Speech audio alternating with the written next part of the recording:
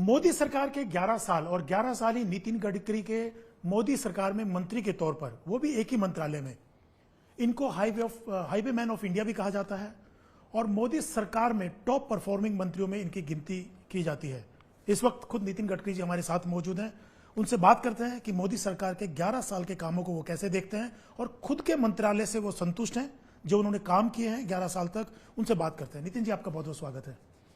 देखिए, प्रधानमंत्री जी जब 2014 में प्रधानमंत्री बने तब उन्होंने ये घोषित किया था कि इस देश के इंफ्रास्ट्रक्चर को विकसित करने के लिए पहली प्राथमिकता वो देंगे, water, power, transport and communication.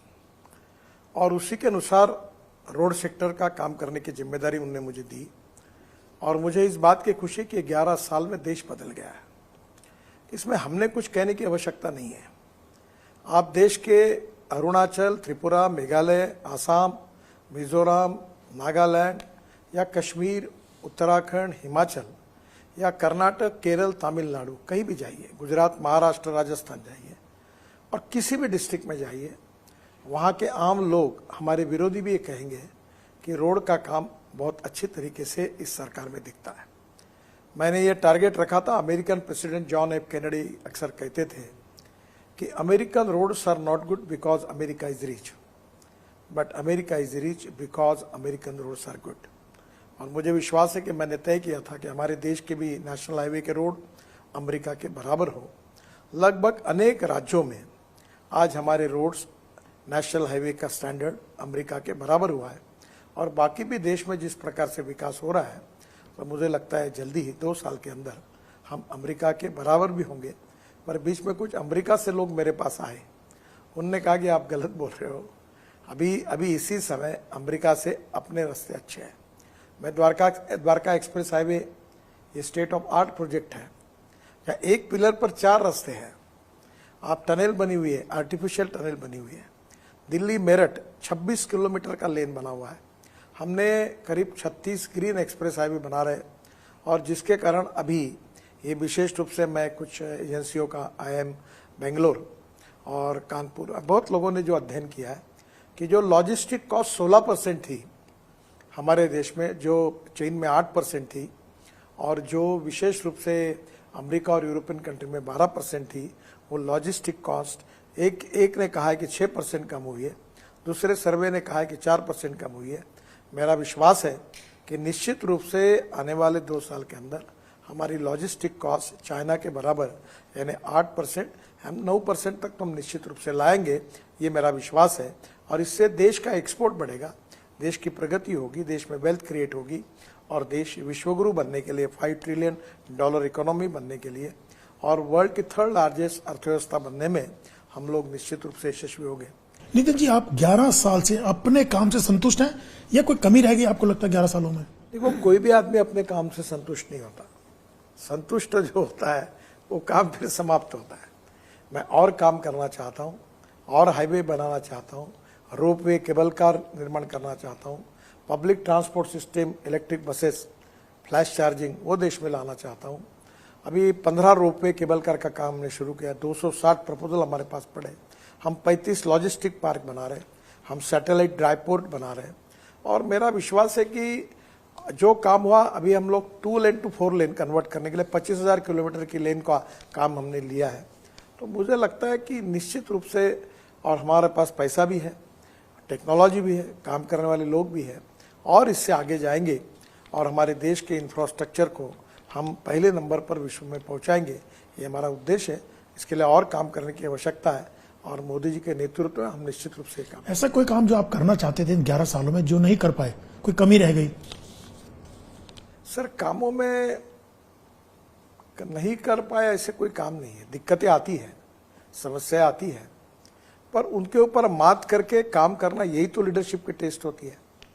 तो हम उन समस्याओं को सुलझाते हैं और आगे निकलते हैं और मुझे खुशी है कि निश्चित रूप से हम समस्याओं पर मात करके हम निश्चित रूप से सफल होंगे। अभी 4 धाम का रास्ता बना रहे, तो अब लगभग उत्तराखंड का ट्रैफिक 3 गुना बढ़ेगा। अभी बुद्ध सर्किट हमने पूरा किया 22,000 करोड़ का।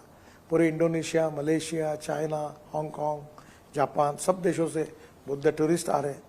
तो 22,000 करोड़ का हमने बुद्ध सर्किट बनाया। राम वनगमन यात्रा जो वो बना रहे, पंचायत 84 कोसी का वो योजना बना रहे, अयोध्या का रिंग रोड बना रहे, हमने पंढरपुर से देव आळंदी का 12,000 करोड़ का हमारा पालखी मार्ग बना रहे। कम से कम 2 लाख करोड़ के तो रोड हम केवल ये जो रिलीजियस सेंटर्स है उसको जोड़ने के लिए बना रहे हैं। 1.5 लाख करोड़ के तो हम पोर्ट को जोड़ रहे, छोटे बड़े सब पोर्ट को जोड़ रहे हैं ताकि लॉजिस्टिक कॉस्ट कम हो। एक प्रकार से निश्चित रूप से आने वाले समय में देश बदल रहा है। और एक बार रोड डेवलप होता है तो आप ही देखो दिल्ली का उदाहरण, जो द्वारका एक्सप्रेस है कि आजू बाजू में काड़ी कचरा और पेड़ थे और उस कुछ नहीं था, वहाँ 10 लाख करोड़ की इन्वेस्टमेंट आई है, दोनों बाजू में बिल्डिंगें बनी हुई है, कितना रोजगार मिला है लोगों को, कितने लोगों के घर हुए हैं। तो ये जो परिवर्तन हुआ है, बदल हुआ है, निश्चित रूप से मुझे लगता है कि इससे लोगों के जीवन में एक बहुत बड़े प्रकार की एक राहत मिली हुई है। और अब फ्यूल में भी हम बदल कर रहे हैं, electric, ethanol, methanol, biodiesel, LNG, electric, hydrogen. तो आने वाले समय में प्रदूषण भी कम होगा, ट्रैफिक जाम भी कम होगा। पर ये भी बात सच है कि पॉपुलेशन बढ़ रही है, वाहनों की संख्या भी बढ़ रही है, तो नेचुरली चैलेंजेस है। हम नए नए रोड बना। नितिन जी, इतनी सफलताएं, आपकी उपलब्धियां हैं, आप टॉप परफॉर्मिंग मंत्रियों में गिने जाते हैं, लेकिन एक्सीडेंट में आप सफलता नहीं मिल पाई आपको। जो चाहते थे कि एक्सीडेंट्स रुकें, आप खुद एक्सेप्ट भी करते हैं इस बात को लेकर, उस वहां कहाँ चूक हो रही है, कहाँ कमी रह जाती है वहां पर जो आप कामयाब नहीं हो पा रहे? पहली बात तो ऐसी है कि मैं इसको स्वीकार करता हूं कि देश में 5 लाख एक्सीडेंट होते हैं और 1,80,000 मौतें होती है, और हम उसको कम नहीं कर सके। इसमें ऑटोमोबाइल इंजीनियरिंग और रोड इंजीनियरिंग, इसमें हमने बहुत सुधार किया। भारत NCAP स्टार रेटिंग लाया, जिससे अब 6 एयरबैग्स लग गए इकोनॉमिक मॉडल में। सुरक्षा का पूरा हमने उसमें चिंता की। हमने रोड इंजीनियरिंग में ब्लैक स्पॉट को आइडेंटिफाई, वो भी किया। नया इन्फोर्समेंट, नया कानून लाया, फाइन बढ़ा दिए, सब कुछ किया। एजुकेशन और ह्यूमन बिहेवियर, इसमें हम हार गए। इस देश की जनता में बड़े प्रमाण पर कानून के प्रति डर भी नहीं और सम्मान भी नहीं। रेड सिग्नल है तो रुकते नहीं, घुस जाते हैं। कहीं ना कहीं लेफ्ट फुटपाथ पर जगह रोड पर चलते हैं, कहीं मोबाइल पर गाड़ी में और स्कूटर में बैठ के बात करते हैं, कभी कभी लेन डिसिप्लिन का पालन नहीं करते हैं।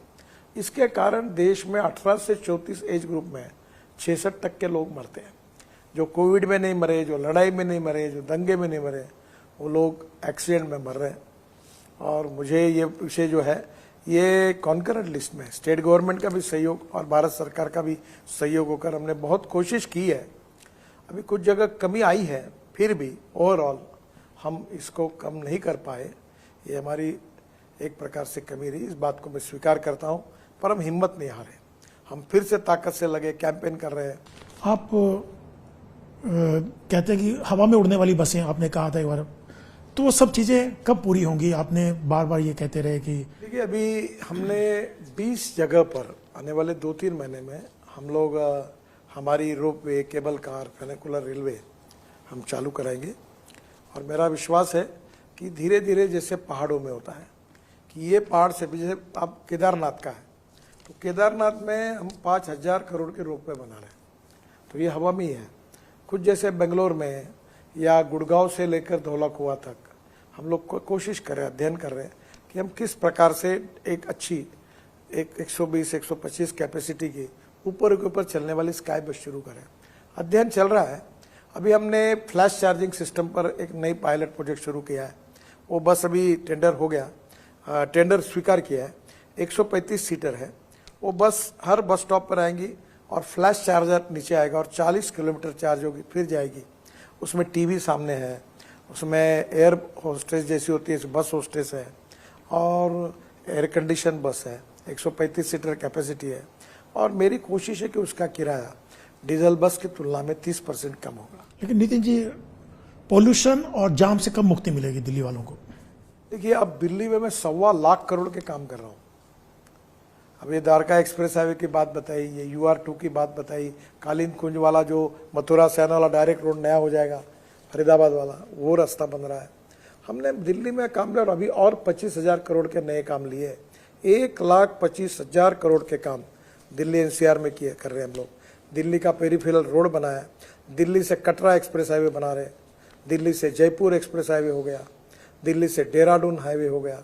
अब धीरे धीरे ये देहरादून हाईवे को हम लोग, देहरादून हाईवे को कटरा अपना ये UR2 को जोड़ रहे हैं। तो बड़े प्रमाण पर हम जितना रोड नेटवर्क खड़ा कर रहे हैं उससे पोल्यूशन, ट्रैफिक जाम कम होगा, ये मेरा विश्वास है। और उसके साथ साथ हम पेट्रोल, डीजल या फॉसिल फ्यूल का इंपोर्ट 22 लाख करोड़ का, इसके बजाय मैं हाइड्रोजन की गाड़ी में घूमता हूँ, 100% इथेनॉल की गाड़ी में घूमता हूँ, CNG, LNG, इलेक्ट्रिक कितना पॉपुलर हुआ। मैं इलेक्ट्रिक की बात जब करता लोग मुझे विश्वास नहीं रखते थे। अब इलेक्ट्रिक स्कूटर आई, इलेक्ट्रिक कार मोटरसाइकिल है, इलेक्ट्रिक कार आई, इलेक्ट्रिक ट्रक आया, अब इलेक्ट्रिक बस आई। अब मुझे लगता है कि निश्चित रूप से बहुत बड़ा बदलाव हुआ है और धीरे धीरे देश का पोल्यूशन कम होगा।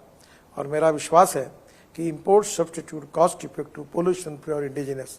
और हमारा किसान केवल अन्नदाता नहीं, ऊर्जादाता बना, ऊर्जादाता नहीं ईंधन दाता बना, हवाई ईंधन दाता बना। अभी पानीपत में हम लोग परली से हवाई ईंधन भी बना रहे, हवाई ईंधन दाता बना।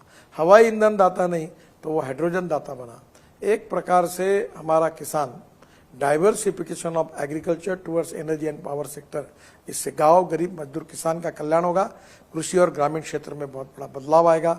और वेस्ट टू वेल्थ, ये जो पराली जलती थी, इससे हमने अभी CNG बनने के 400 प्लांट शुरू हो रहे हैं, जिसमें से करीब 100 प्लांट शुरू हो गए। मुझे खुश पता है, बाम्बू का हमने क्रैश बैरियर बनाया और ये दिल्ली के गाजीपुर और ऐसे टेकड़ी पे जो कचरा है उसमें से करीब, और अहमदाबाद का इधर उधर का 80 लाख टन कचरा रोड में डाल दिया। अभी हम कचरे से हाइड्रोजन बनाने की बात सोच रहे हैं। तो बड़े प्रमाण पर waste to wealth and knowledge to wealth, ये दो चीज़ों पर हमने काफ़ी बड़े प्रमाण पर काम किया है और ट्रांसपोर्ट सेक्टर में बहुत बड़ा रिवोल्यूशन हुआ है।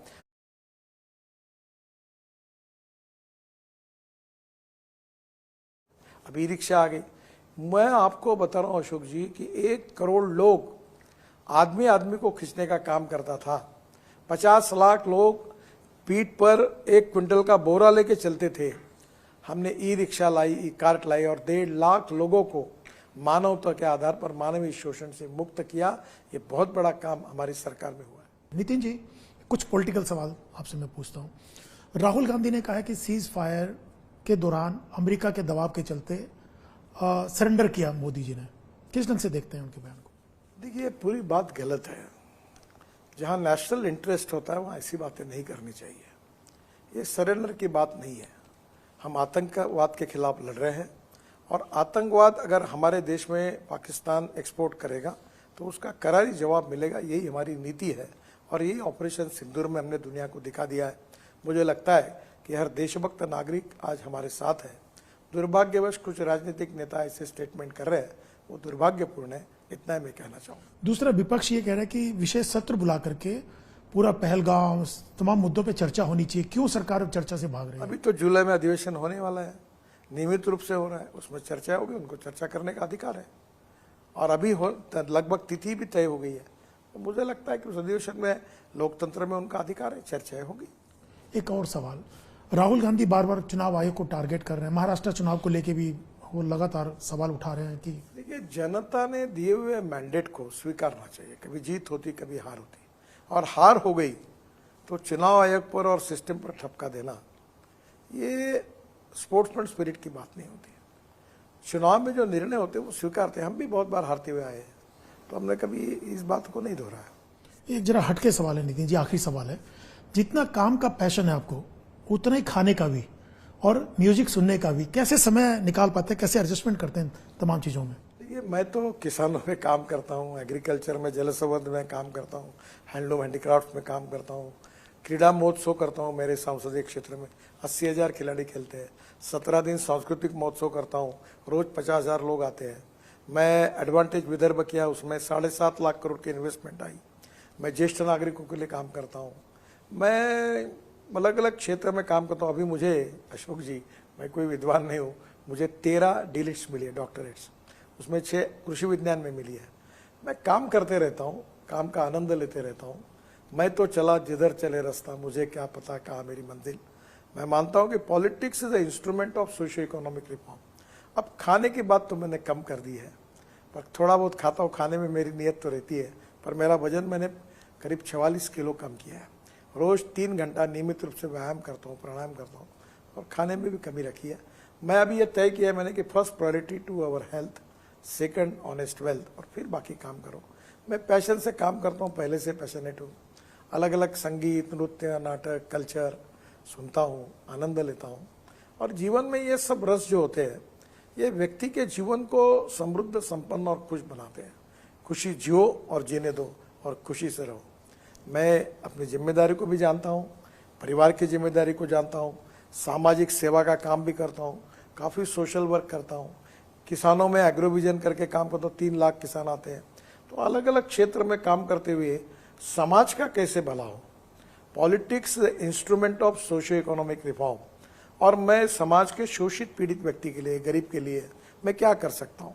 मैं संघ का स्वयंसेवक हूँ और वो अच्छा गीत है जिसका मेरे घर पे मेरे सामने लिखा हुआ है कि मनसा सततम स्मरणीयम, वचसा सततम वदनीयम, लोकहितम मम करणीयम। काम करते रहो, चलते रहो। बहुत बहुत धन्यवाद नितिन जी हमसे बात करने के लिए। ये थे नितिन गडकरी जी। बाकी खबरों के लिए देखते रहिए आज तक।